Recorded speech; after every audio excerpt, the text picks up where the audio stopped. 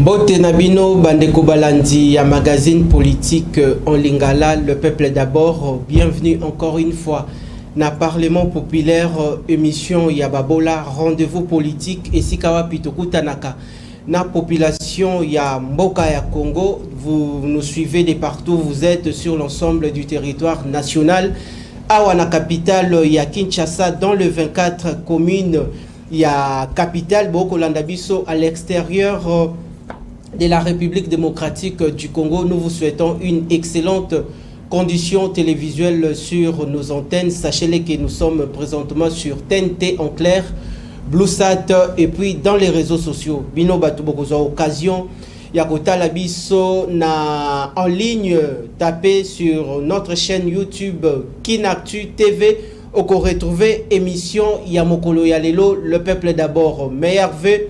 Naba mabotanyo surtout awana mboka bonne année tokoti année ya sika tozali bongo na premier mois mutu na mutu totombelie ba chance liboso na nzambe bande ko boyebi ete na magazine Nabino le peuple d'abord tozalaka na habitude ya komemela bino le grande figure de la scène politique congolaise exceptionnellement na mokolo lelo à travers plénière ya lelo le peuple d'abord.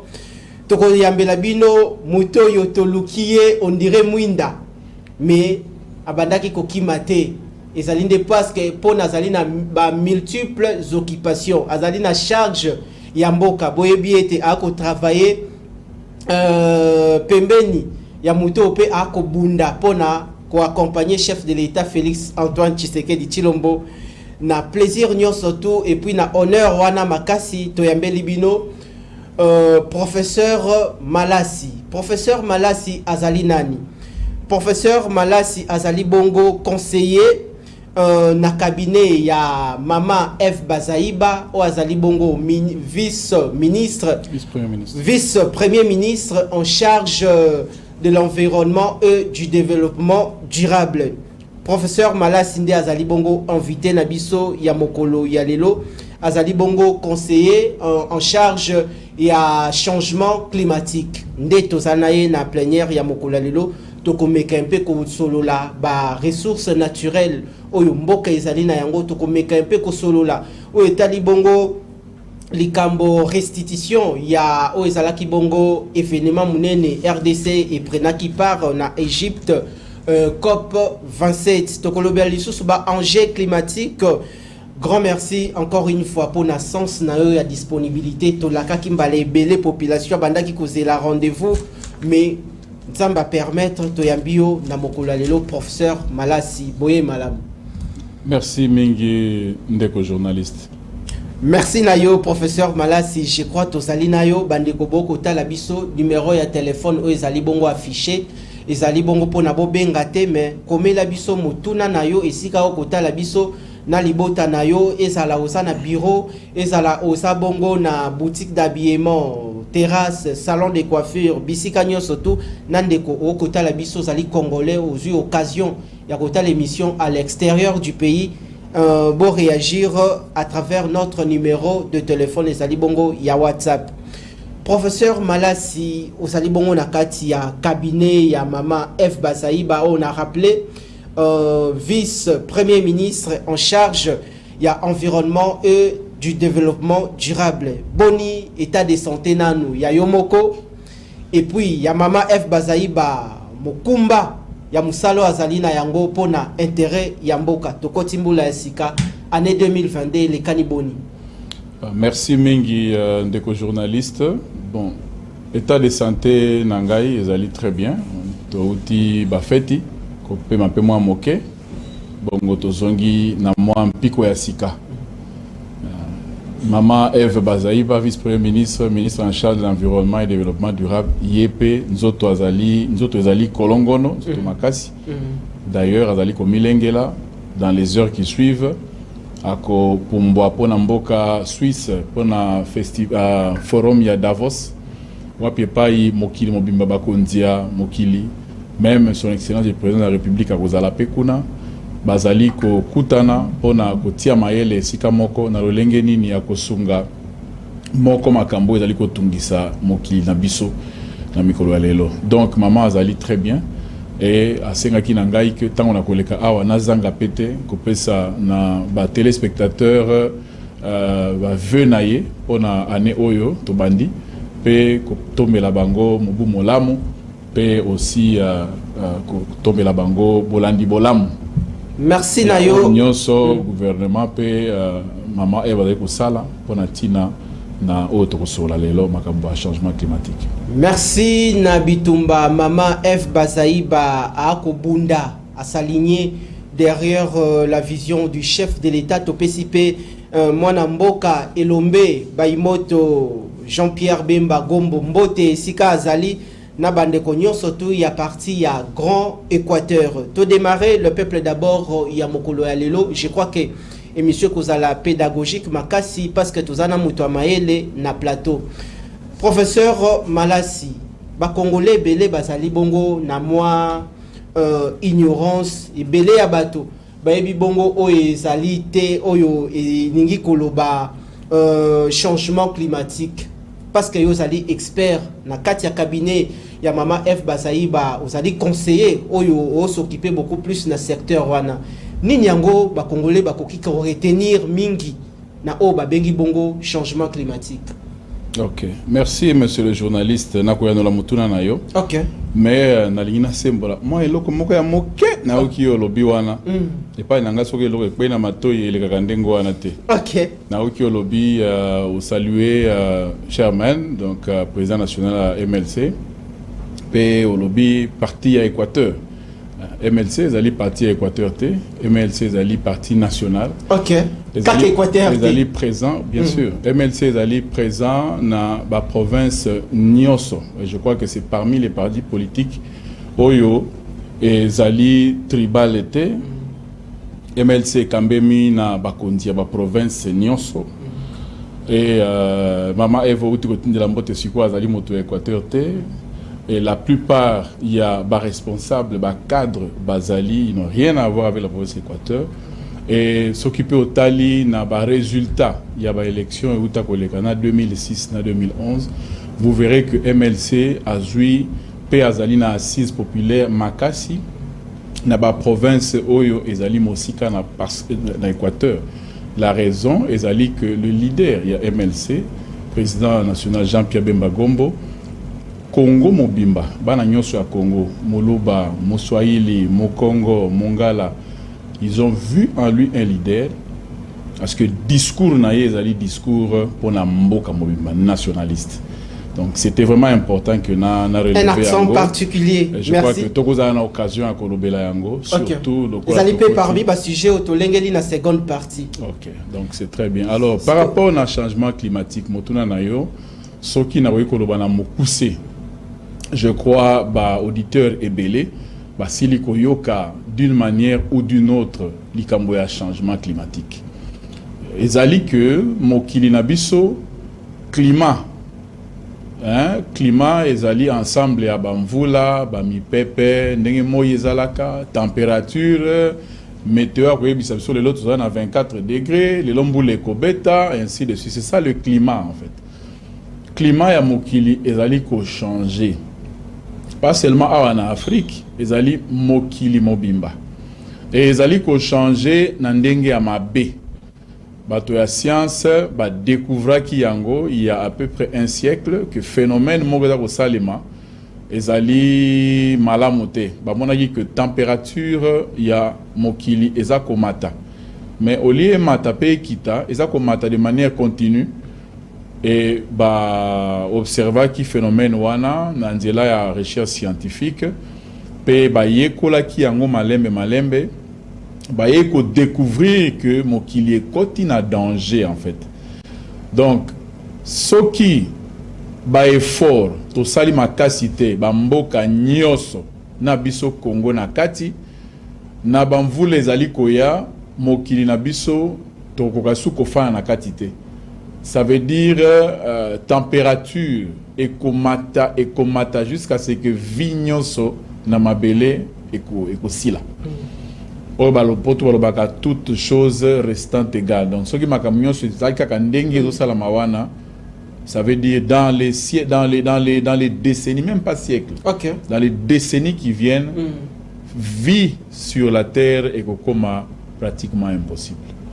C'est ça le changement climatique, en bref. C'est ça le changement climatique, en bref. Tozali bongo ko poussana pour na na dossier oyo to évoqué o ezalaki comme préoccupation na bino population. Ils appellent avant émission botindaki quelques différentes questions oyo to ko soulever yango tout au long il y a séance plénière oyo il y a magazine politique na bino le peuple d'abord. Mais avant tout simba au Italie bongo makambo ya COP 27 lelo mama F Bazaïba aza à la tête ya vice primature il y a développement il y a environnement et développement durable. Mais si manaye pe avant ya zalawana ils appellent na mutoyo azalaki wana kambaki bongo ministère. Mais ministère mama F Bazaïba yeko kuta yango ne étape nini et puis avancée significative toute réforme nini mama F a sali pour le secteur naé azala parce que aza omniprésente na terrain ce que landi briefing belé ndeko Patrick Mouya ya sali ce qui mama F aza ko expliquer secteur naé on dirait aza tozo ebaté ce qui azali population zo ebaté ce qui azali bien entouré par des professeurs notamment vous êtes là. Mais est-ce que mama F Bazaïba asa expert en ce secteur? En tout cas, Motuna Nayo Kitoko, j'aurais souhaité un jour ce qui compte Monani, au maman, au Solanaye, je crois que Azalaka toujours ouverte, surtout dans les médias pour nous Solanabino. Ngana ko répondre na o na ko répondre. Et là quoi liboso tout lingai etanini wa makutaki ministère. Je crois que ministère et environnement même lobby na pourquoi nous sommes na bato moko bazali des amis ils m'ont dit totikala ko yeba penzate ministère environnement mutu penza banda ko tia kana ngote ezalaki ministère et oumeli déjà ils allaient créer je crois depuis année 73 en tout cas avant 74 ils allaient échanger combo tout ça mais c'est un ministère et bandi banda kala mais en plein haut yango ezui ça veut clairement dire que animateur oyo azawana apesi yango ampleur. Et là, ouais, Mutuka wana omoni ngezawana. Ce que ezui vitesse, ça veut dire chauffeur azawana do pousse ngombango. Ce que Mutuka freiner, ça veut dire chauffeur azawo freiner. C'est vrai que comme à un moment mususu Mutuka ezana ba panne, chauffeur azo accélérer mais Mutuka ezo freiner. Azako ou bien azo freiner mais frein katana. Frein ici il est là, Mutuka ezo kende kaka. Wana ezaba cas exception. Mais toujours la Mutuka est en bon état. Ceux qui chauffeur a accéléré, il y a un faut qu'il ait Ceux qui chauffeur a eu malem, il y a un faut qu'il ait malem. Ministère, il y a un donc animateur principal, il y a ministère. Et Zali ministre. Quand on a eu chance à un vice-premier ministre, on va pessier mon combat au secteur environnement. À Koutaki, secteur environnement, et Zalaki na makambo ya malamu ebele, et Zalaki pe na moi bakokoso ebele. Et même ndengi azako travailler parce qu'il y a Zali nzambete.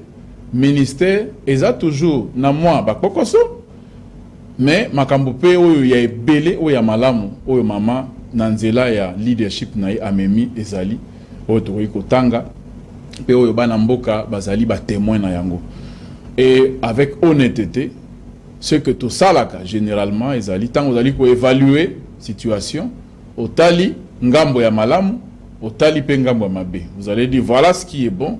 Voilà ce qui est amélioré, c'est ça l'honnêteté. Je crois que na oyo so mama kutaki malamo oyo a continuer na malamo ya kutaki ba secteur oyo ya kutaki malamo te parmi yango ezali secteur oyo lelo invité nga makambo za ko bezali ebele to ko loba nyonso na mokolo moko te parce que dans l'environnement okuta makambo ya climat ezali okuti makambo ya biodiversité ezali okuti makambo bazamba ezali okuti makambo ya assainissement ezali okuti makambo ya gestion ya ensemble ya onyo na otiko tanga wana donc environnement ezali makambo ebele et ngai le na koloba mingi na ngambo etali changement climatique ce qui peut permettre aux alandengo na poto rester focalisé. Merci Nayo professeur Malasi tozali bongo ko pusana kasi RDC baebi yango ezali na ba mai ezali na ba zamba ezali na ba réserve naturelle ebele mais lelo yo soki to koti bongo na o etali bongo rendez-vous toté o ezalaki bongo ba travaux ya COP 27 bokomona ete RDC babengi yango pays solution kasi pays solution angwana population peut se situer parce que yo sali expert na habité soki nini ya motu yo koki kosola na population. Pourquoi aujourd'hui la RDC est considérée comme une nation toté un pays solution na volet à lutte contre les changements climatiques? Non mais population et sengeli bazala na kimia batale la bakonzi ya mboka. Ezali lokola na kati na famille, papa azali, maman azali, bana bazali. Bana ya malamu bakutaye la papa na bango. L'autre soit na papa comme on a Félix Antoine Tshisekedi, o bisonyo soit likotali la ye, peto ali ko sungaye pour ça musala na malamu. Na zongeli qu'on en est koloba ah maman a pesa mokumba, il y a secteur, il y a environnement et développement durable. Donc selon la constitution et c'est normalement Eva Zaïba à réfléchir, il y en a équipe na ye.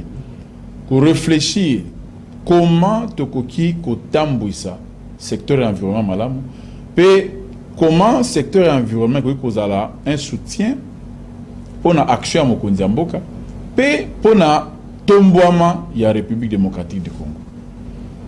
Vous l'avez dit ici, tolobaka pe yango nyonso potentiel ya RDC, ça veut dire ba richesse ya mboka na biso. Zamba oyo ya monene koleka na mokili mobimba en termes de pays, le deuxième pays où on a la plus grande forêt tropicale. La forêt, vous avez la forêt boréale, la forêt tropicale, la forêt tempérée, ainsi de suite. Donc, dans la forêt tropicale, deuxième pays est Ali Bisso RDC. Après le Brésil, c'est nous.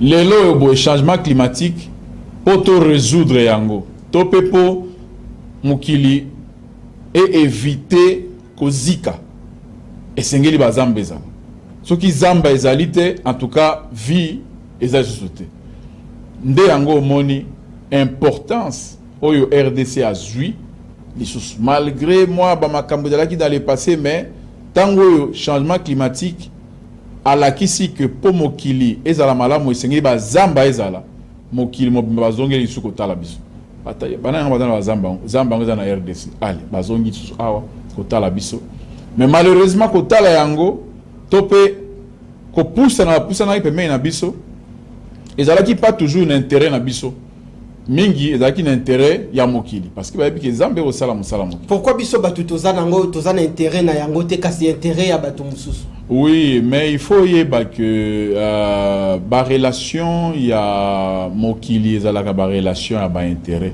Mboka na mboka kotala intérêt na ye. Soki bino kotala intérêt na bino te, eza problème na bino.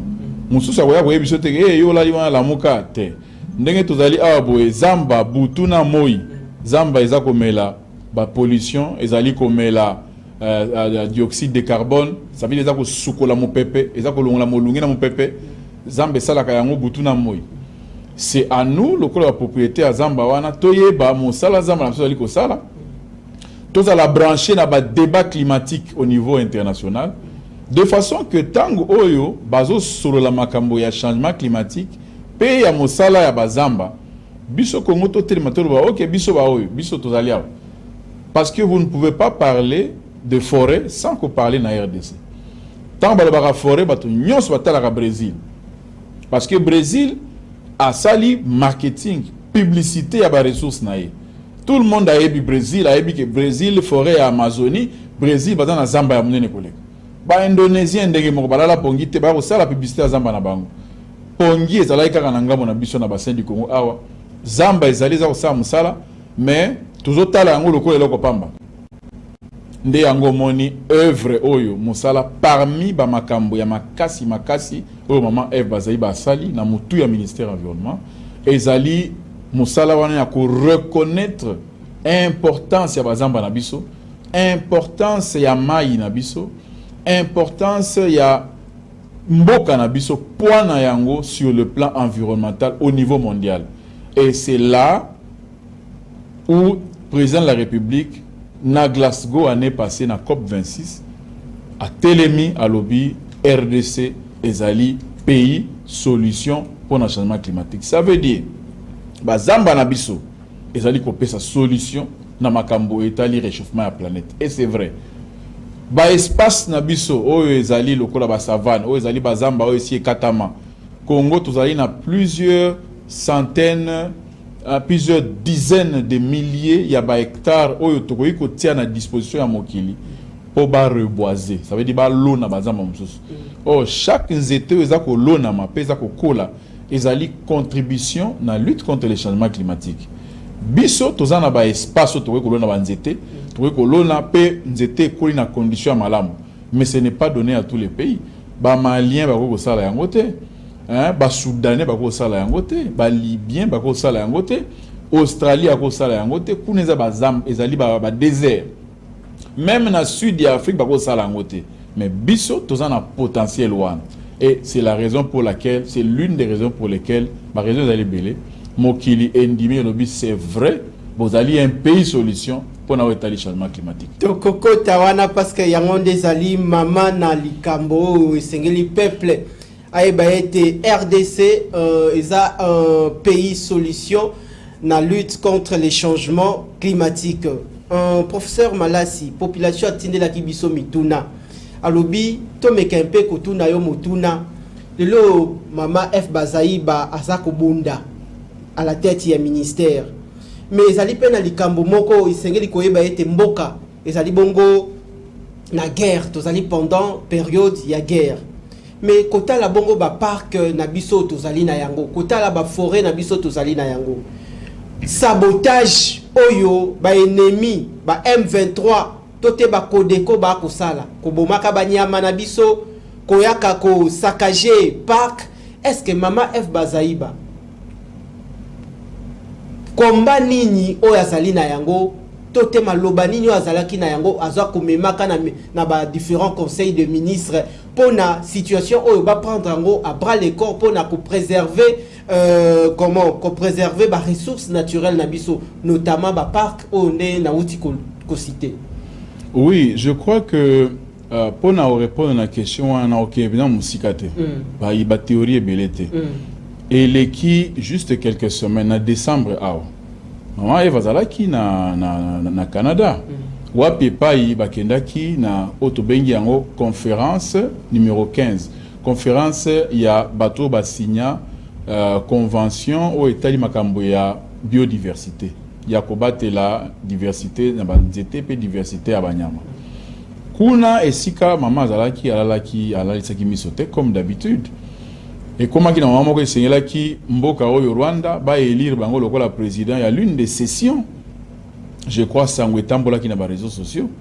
Mama lobi soki boponi mboka oyo Rwanda lokola président pour la session wana biso RDC tout se retirer parce que biso RDC tozali d'accord un pays oyo bazali ko saboter biodiversité en soutenant ba terroristes, ba rebelles soi-disant, mais en réalité bango mokonde baza ko luka moyen ba sili sabato na STRDC bongo ba ki ne ko fanda kuna baza ko luka moyen ba exploiter pe baza ko sala yango déjà ba ressources naturelles na ofele comment mboka lokola Rwanda baza na orte baza na coltante bango baza la ba producteur ba exportateur alors que biso mokili mo ba ebi yango biso bato ba propriétaire ya ba ressources tozali na même niveau que bangote. Ce sont des questions et faux réponses et pesama. Tout à fait. Il faut réponse et pesama. Et réponse en gros, ezana katikati ya ba regard, ya biso na bapaya.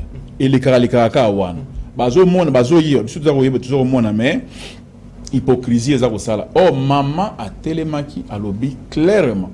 Et je crois que ba prise de position en ndenge wana tozala kanango de temps en temps mais tozana besoin na yango. Les autres ont besoin de leader oyo bakoyi ko telema malgré tous les risques bakoyi ko zwa balobi non pour na RDC. Et entre temps na kati pe ya mboka na biso Tant que nous avons des personnes avec tous les risques et Sengeli to soutenir Batouandengouana. C'est très important. Nous avons besoin, il y a Kosangana autour, il y a tout ce qui s'est fait. Wana bazomona mama tokozo intervention na dans quelques minutes. Oui, autour de tout ce qui s'est fait pour sauver le parc national Nabiso. Comment voulez-vous les communautés soi-disant internationales? Concept très compliqué.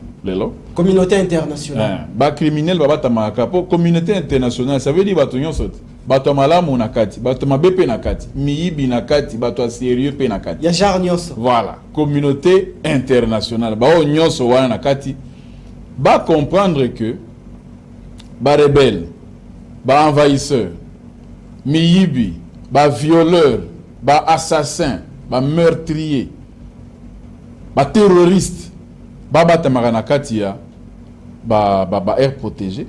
Ba air protégé o ezali sous protection internationale. Baïbi yango.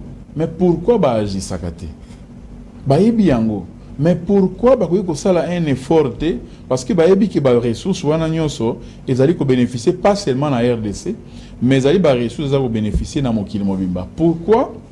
So ekomi ko batela ba ressources wana ba sundoli mokumbaka na RDC, mais bénéfice nango entre-temps ezako zala pona humanité mobimba. Pourquoi tango oyo banguna o na uti ko tanga wana liste molai bazako bebisa bazako boma banyama bangonde ba grand braconnier na ba braconnier abanzete na braconnier abanyama bangonde ba kosama kambwana. Pourquoi est-ce que ba voix et s'élevakate ba organisation ebele ONG to kaka oh mama e bazali ba teki zamba alors ka teka ne zamba te ateka ata zamba moko te asigné ata mokanda moko ko pesa 1 cm ya mabele ya Congo te. Est-ce que comment instrumentaliser na communauté internationale la plupart ya ba ONG wa mais na ebisio que communauté internationale ezali boke na banzinzi na bangungi bazana nyonso na bankoba na banyoka bana kati. Donc c'est un fourre-tout le baba na français. Et il y a des bons, généralement, ba bon bazalaka problématique té. Ba bon bazalaka ye na tongo ase musa na yaki. Ba problématique ya batu bazalaka miso milai wana monoko mulai yaki a tchin lobby azongi kuna papa atali ba songi tout ça ba bi ko manipuler. Donc na kati ya communauté il y a des manipulateurs. Et ba manipulateurs wana ba yebi eloko bazako sala. Ils savent. Merci professeur Thérèse Ali vaste météo kozonge la changement climatique et puis to soit bongo ezala ki bongo milulu ya minene ya COP 27 ou esalema ki bongo na Égypte.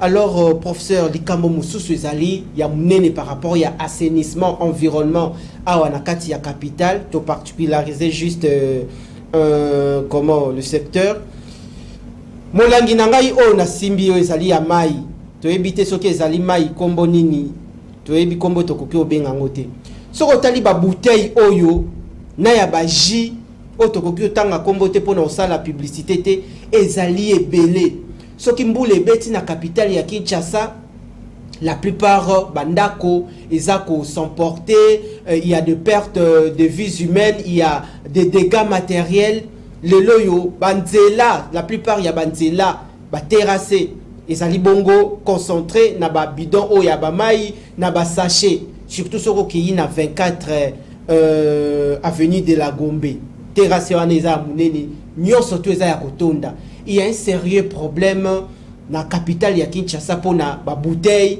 ndeko Chantini azako bunda ndeko Kimbuta abundaka ancien gouverneur mais problème wana tikali asili saki yango te ndeko Chantini Ngobila azuli susu œuvre pona ko continuer yango azako bunda mais akolonga toujours te ndenge nini tokoki kolonga likambo oyo.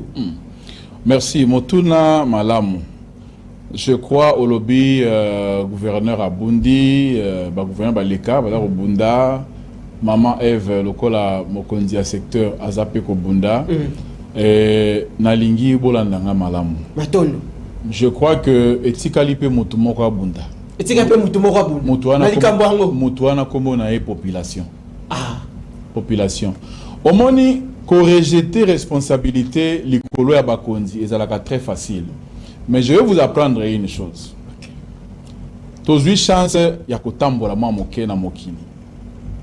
na bamboka oyo mibeko efanda na bamboka oyo organisa service ya collecte ya ba déchets oyo ke oyebi ke lundi to mardi to jour boye mutuka elekaka to moyen de transport boye elekaka ezwaka basalite ménager ekei na yango.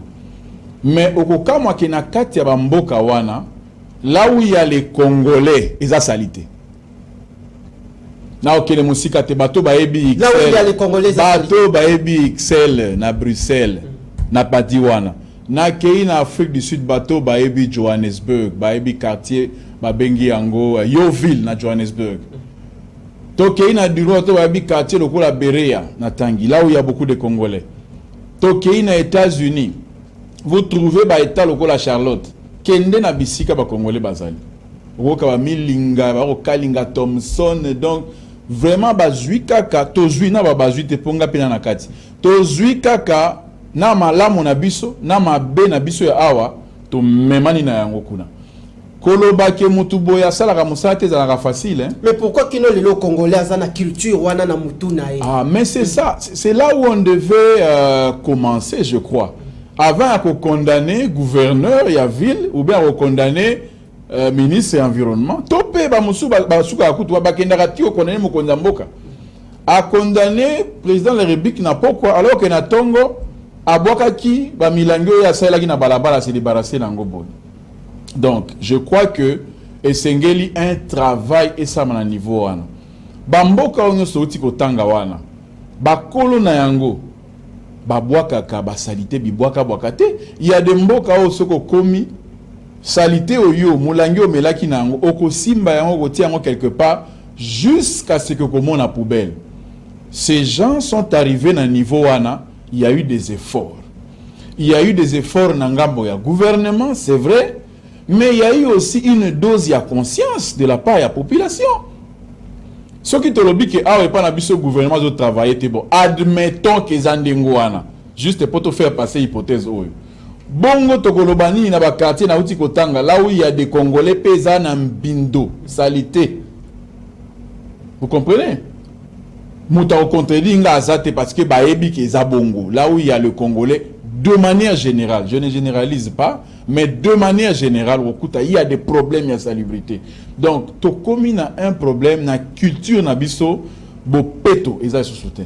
Donc esengeli ko rééduquer population pendant que l'état azali ko agir na ngambo eza ba responsabilité na parce que population ko yekola na boaka salité bibwaka bwakate mais population za na makokite a collecter salité wana peut organiser gestion à bas déchets. Wana est commis responsabilité à pouvoir public.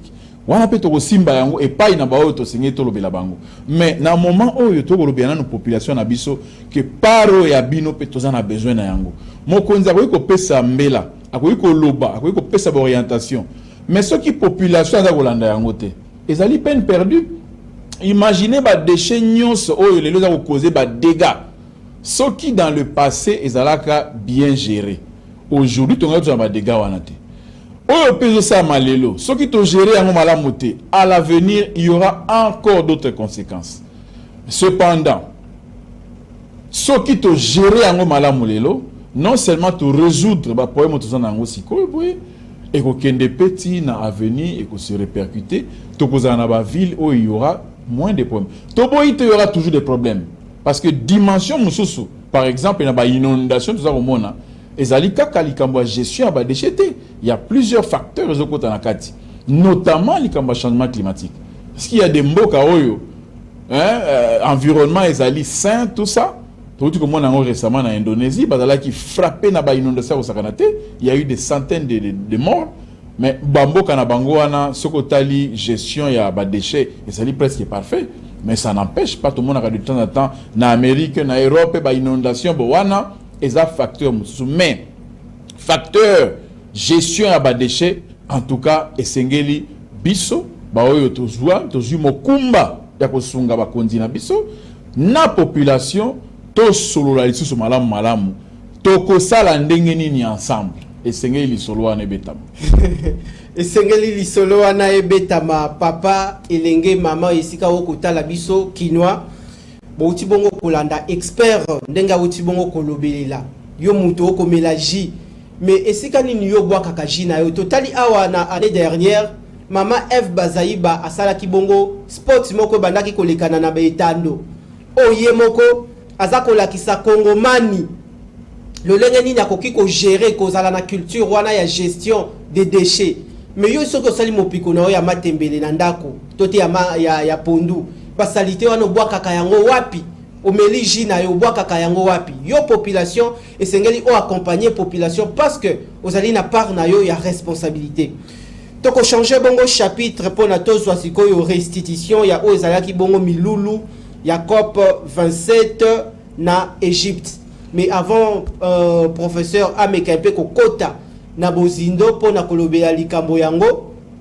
Richard Machita Harris Matondo régie finale tokoki kolandana nous intervention donc et ça la tour à tour tolandi intervention en premier ministre pendant 1 minute après tozui directement Mama F Bazaïba et puis tozwa bongo professeur pona tosimba question yango tolandi. Poursuite du séjour du chef du gouvernement congolais en Égypte, où il prend activement part aux travaux de la 27e conférence des parties à la Convention cadre des Nations Unies sur les changements climatiques. Mercredi 9 novembre dernier, il a eu une série d'activités, notamment la réunion consultative de haut niveau de chefs d'État et de la communauté de l'Afrique de l'Est sur la situation dans la partie orientale de la République démocratique du Congo. Le Premier ministre Jean-Michel Sama Lukonde a du haut de la tribune dénoncer l'agression rwandaise sous couvert du M23. Force est de constater, en dépit de tous les efforts consentis par notre pays pour préserver les forêts tropicales, conserver la biodiversité et lutter contre le changement climatique, non seulement la République démocratique du Congo ne bénéficie pas des compensations justes et équitables, à cela s'ajoutent les problèmes sécuritaires auxquels nous devons faire face, notamment l'agression du groupe M23 soutenu par le Rwanda, y compris dans le parc de Virunga. Par ailleurs, Sama Lukonde a assuré aux autres pays du monde que la RDC veillera au respect des normes environnementales concernant l'appel d'offres de ces blocs pétroliers et gaziers. En ce qui concerne le processus de vente aux enchères des blocs pétroliers et gaziers, mon pays tient à rassurer ses partenaires qu'elle mettra tout en œuvre pour préserver sa biodiversité et respecter les normes environnementales et sociales. Il suède et signale que les chefs du gouvernement congolais a échangé également avec Kristalina Georgieva, la directrice générale du Fonds monétaire international. L'atténuation, c'est très important d'atteindre cet objectif. L'atténuation, pour atténuer la température planétaire à 1,5 degrés Celsius, ça nécessite donc de changer de comportement, à utiliser des procédés non polluants. Je vous ai parlé de nos minéraux qui soutiennent la transition énergétique. Désormais, en République démocratique du Congo, tout ce qu'il y a comme ressources naturelles de la RDC ne sera plus exploité, exporté en brut. Exploiter, oui, transformer localement en vue de leur donner une plus-value pour que la RDC aussi, les populations congolaises participent, bénéficient, accèdent aussi à la transition énergétique. Pourquoi? Parce que le gouvernement congolais a levé l'option désormais de lier d'abord la protection de l'environnement au développement. Dans le cadre de la diversification de l'économie, parce que nous avons, c'est vrai, besoin de l'oxygène, mais nous avons aussi besoin du pain. Et le protecteur de ces couverts forestiers a droit aussi à une vie décente. Les cahiers de charges de la RDC, je crois que j'ai déployé longuement. Je peux résumer juste pour dire que la valorisation de nos ressources et que la compensation proportionnellement aux services rendus à l'humanité. La première étape, c'était d'abord de faire connaître qui nous sommes, qu'est-ce que nous avons, quelle est la valeur que nous avons. Parce que, ne vous en faites pas, il y a des pays du monde où moi je viens qui me posent la question de savoir, vous venez d'où, le Congo se trouve dans quelle partie du monde.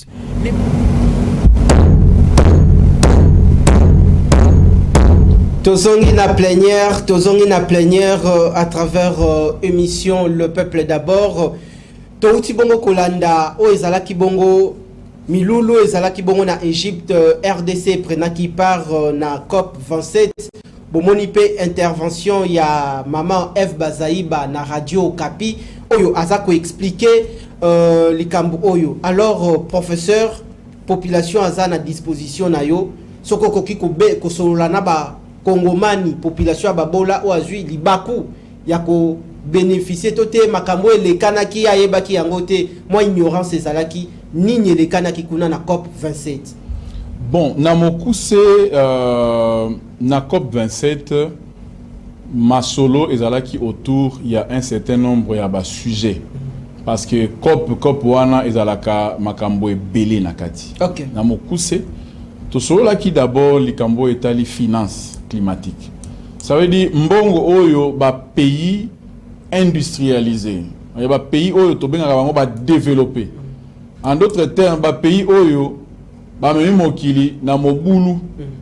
C'est vrai, ba sali yango na côté, mais c'est aussi vrai que likolo na développement na bango balukaki nde lelo changement climatique yi. Ba pays wana ba bimisaka mwa misolo pona ko soutenir ba action ya lutte contre les changements climatiques na bamboka lokola bamboka na biso oyo to causer na biso phénomène wana te.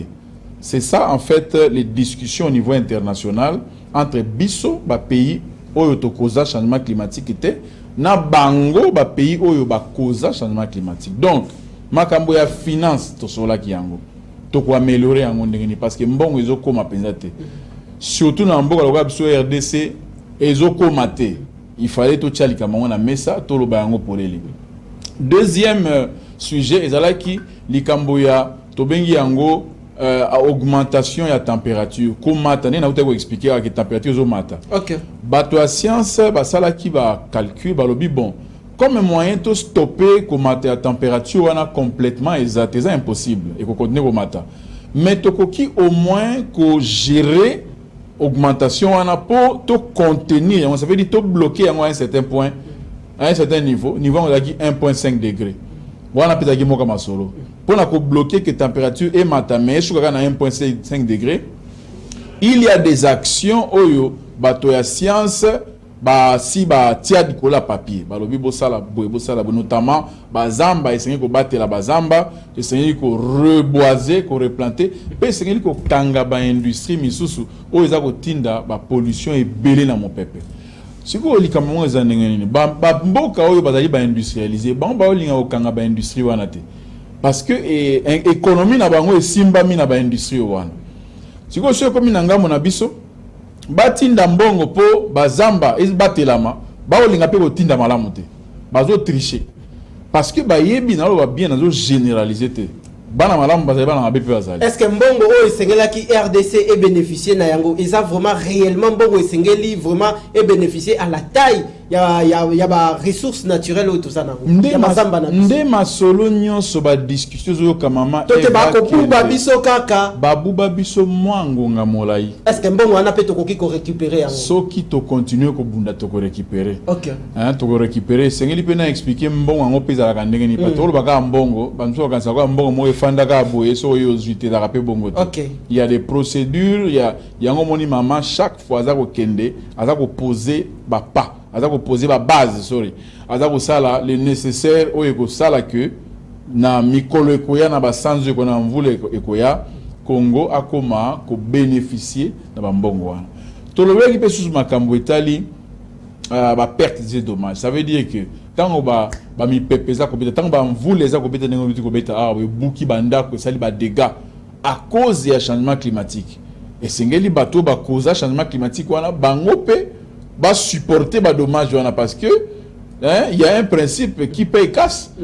Il y a un autre principe dans le droit international environnement, il y a pollueur-payeur. Donc, il y a pollueur qui est payé à cause de la pollution.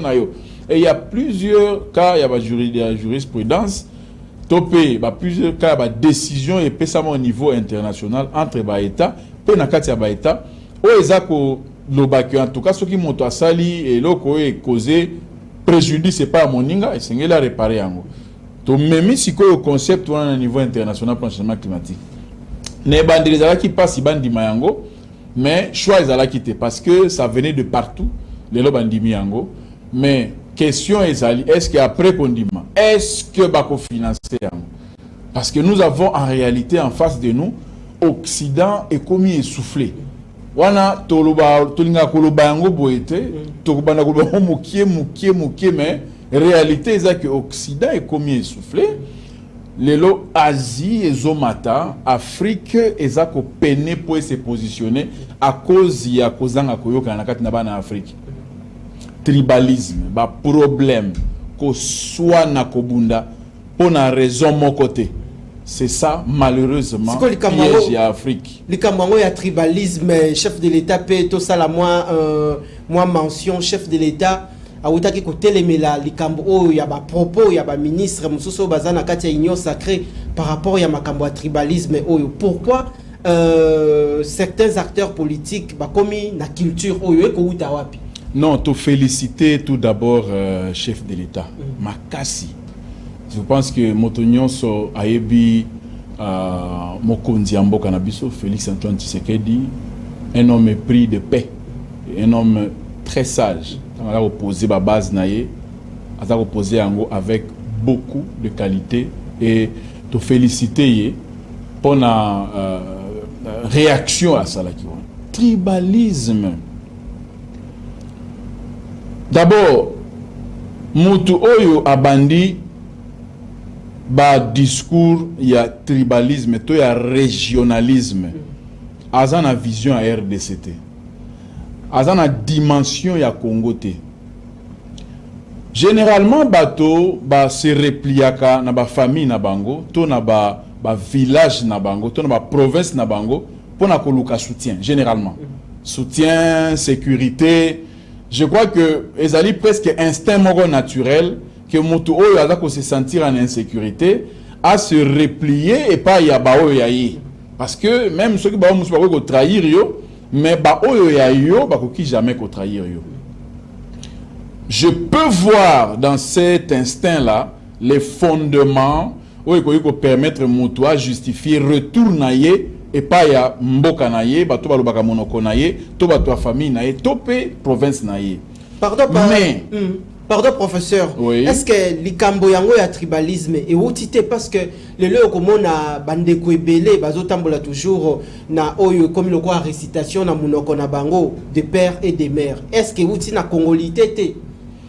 Bon, likambo ya de père et de mère na lingi pena na kota na yango na katité parce que na ko séparer yango na tribalisme té. Et c'est le comme mususu. OK. Soko lingi na kozonga to sola pona yango. C'est sa point de vue na. Wala ko sala dossier mususu. Ngazo be le tribalisme, ça veut dire oloba que ngai nazali lokola ngana pesa nazali moluba. Mo yekuna za mokongo na komi ko tala ye lokola mutu mususu. Alors que bisona ye toza na kati ya mboka moko comme na RDC. Et là ngazo be ande yango. OK. Donc il y a anomalie.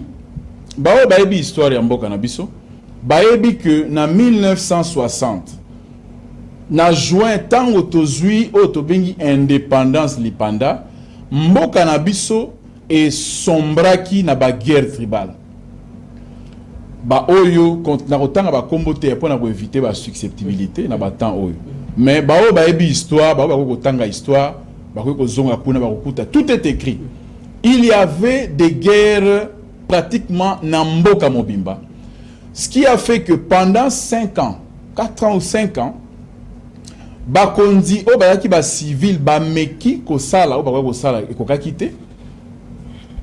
Maréchal Mobutu, na ba condition ya époque wana, na ba guerre froide, na nécessité, ba Américain ba ki na ya ko contenir, avancer, ya Union soviétique na Afrique, na ya idéologie communiste. Ba identifier qui est topé à Kendaki comme présenté par Nabango, on ne sait pas encore très bien, comme étant un leader va soutenir. Ba soutenir et le maréchal Mobutu parmi ba acquis à Mobutu. Motozala kana mabe à 100%. Je crois que même Satan se totalier pesa bien au monde malamu soza nango. Parler na pas cet exemple mora bien à Satan. Tango Satan à côté li Pilate pour ba Jésus. Il y a kanisa ka za ko boma Jésus, nzokande aza ko créer un sauveur. Ok. On est à malamu na ye. Il faut à un moment donné, tout le matolo en tout cas le sako, au sale le comme malamu parce que ceux qui a ça la kayangote, tu as un sauveur. Donc, moto nyonso, azala kana malamu, pe na moi mabe. Ba musu la kana malamu ebele mabe moke et ainsi de suite. Donc, parmi ba acquis malamu maréchal Mobutu Salaki. Mais malheureusement les politiciens soi-disant bazako balaye yango ezali ko silisa likambo ya ba région à l'époque il y a province o ngai moto ya province o Zaïre nga moto ya Kivu attendez ko nanga été maréchal a silisa ki makambo wana complètement mon Congo a commis ko bala muluba muswahili abali mupende donc il y avait aucun problème. Moto ya Équateur a qui diriger province ya Katanga, il est gouverneur là-bas. Le Équateur, parmi les meilleurs gouverneurs, ça se dit, c'est l'histoire, on ne change pas l'histoire. Au Bakamba, Équateur, Malamu, et Zalaki Moto ya Kasai. À Kinshasa, on a connu toutes les provinces pour diriger la province à Kinshasa. Mais le est commis pour diriger la province, il faut la moto ya province wana. Et comment ma wapi? Jusque-là, personnellement, on a Luka, loi ou lobby de Kambouango, on a mon angoté. Et Sengeli rapidement gouvernement ba mibeko ezali ba meko ezali ba décision mais Sengeli gouvernement a rapidement stoppé l'okwana de manière énergique. Donc exacté que ko battre la moto kuna korobani mwa malembe parce que azana base politique azana base songolo pakala bazande ko bomamboka. Wali za ko bomamboka. Tribalisme ezali ko bomamboka, ezali ko bomakongo. Tribalisme ezali ko bomamboka na ngonga oyo mboka ezali bongo na situation ya guerre. Et Sengeli Bissonio surtout tozala na même discours oyo ndeko Patrick Mouya ya koloba changement ya narratif to ko poussana to ko tendre déjà vers la fin émission. Mouboye bi était professeur Malas ezali tellement na matière ezali ebelé mais to ko zoyer au cours de nos prochaines émissions. Cette fois-ci, tu as un format, il y a magazine politique Panza Sekele, Sika Piakokutana, na équipe, il y a des journalistes. Alors, professeur Malas, je crois que tu as organisé rendez-vous, Moussou pour na toso la makambo oyo, toso li TV Zali Bongo Likambo Yangonga, na 2 minutes, nini ba Congolais ba koki ko retenir par rapport à passage na yo ya lelo. Ko retenir ezali nakoloa 3 points. Premier point ezali Congolais nyonso ayeba que azali important na histoire ya mokili na biso, changement climatique tout ça koyoka bakoyi kolobela yango te sans que ba kanisa yo mwana Congo. Ezali source ya fierté pour na biso et tozui lelo un ministre oyo a remettre à l'ongoli poussière likolo ya mesa à remettre eloko wana likolo ya mesa valeur ya mwana mboka Congo. Ezali juste une étape. Ba étape ezali betuzo koba mobembo wana soki nzambe peso makasi. Deuxième eloko na koloba ezali likambo ya responsabilité vis-à-vis na environnement na biso. Likambo ya bosoto, likambo ya ba déchets, gestion simple, ya ba geste na biso quotidien. Tango oyo pangusaka mouchoir olongoli motoki. Mouchoir wana osalaka na yango nini? Obwaka kayango boye po leta ya kolokota. Mulangi tango melaka mai osalaka na yango nini? Okamataka obwaki yango sima soki inondation salami obani ko blâmer bakonzi. Je crois que c'est ça mon deuxième message. To sengeli to changer banda na babalabala. Ba chef de rue musala na bino yango wana. Na époque biso ya kibana mike tuzokola, il y avait le salongo. Salongo ezalaki ko salisa biso misala ya kokomba liboso ya lopango na yo, zwa responsabilité na yango. Soki ngai na numéro 1 na zwa responsabilité ya liboso na nga, numéro 2, numéro 10, numéro 100. Partout en rien de temps toko sungambo toko ki ça c'est comme solo. Troisième message ya suka, ezaba thème to simbile likambo ya tribalisme. OK.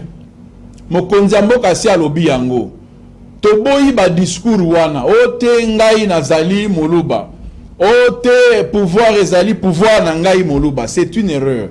Président de la République Tshisekedi azalaki élu na bana mboka nyonso non na baluba pe akozala élu na bana mboka nyonso ya RDC. OK. Donc il n'appartient pas na une tribu, il appartient à la RDC. Et bao ba province mususu ndenge moko Ce qu'on a besoin de soutien, aux la sécurité, convaincre la population, utiliser des arguments.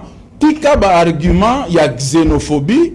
Tika ba argument, il y a tribalisme. Parce que tribalisme est ko aider mboka na biso à la fragiliser. Ba payaba botu la biso ba mabele mosusu. Je pense que journaliste alobi yango, je suis disposé na kozonga to ko approfondir ba question na awa.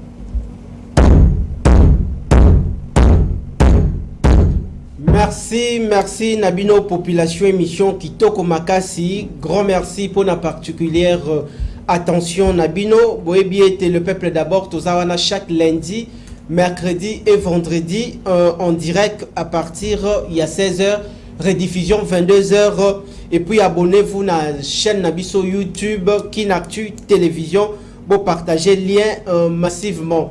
Toyambela Kibino, professeur Mutoya Maele o Azabongo Kusunga, ko travailler pembeni ya mama F Bazaïba na secteur nae ya changement climatique.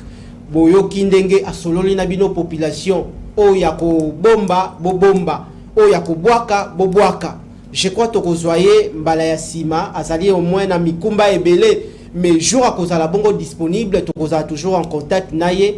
Tokozongela lisusu akozongela biso lisusu pona koya ko niata lisusu bisika niata kité. Professeur, encore une fois merci pour la sens et disponibilité. Tokoti nini osali na yango koki koloba pona enrôlement na 30 secondes de kambo ya enrôlement. Congolais nyoso à se faire enrôler. Congolais nyoso a kende ko se faire enrôler. Message nanga yango wana. Congolais surtout kende ko se faire enrôler pour na 2023 awa déjà na mois de décembre et sengelibo élire ba kambi ya sika ya ba institution ya mboka ya sika. Tokuta na mbala ya sima pour na nouveau numéro ya magazine politique en lingala le peuple d'abord ndenge tolobaka toujours d'habitude ko solo la bongo na lingala les ali les kambu ya sonité parce que toko valoriser ba langue nationale ya mboka c'est ça. L'identité collective nationale. Matondo Nabino.